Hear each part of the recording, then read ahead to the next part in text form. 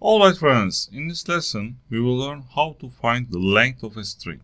So, strings are sequences of characters. For example, let's define it. String first equals to my name. My name is John. And then it consists of characters C-A-N. So each character has an index. So I open my pen. So C is at index 0.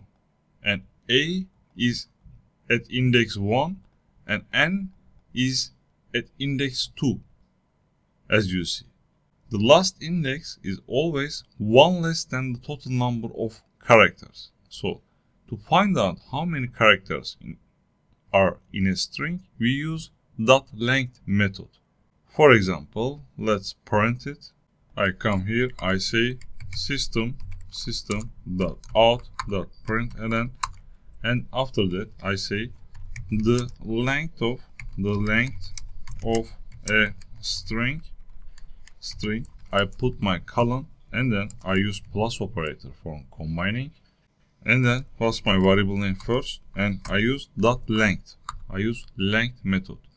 So that gives me 3 here. It will return 3, which is the length of the string. So if I print it, if I run it, you see the length of a string is 3. You can also store the length in another variable or print it directly as we did. It doesn't matter.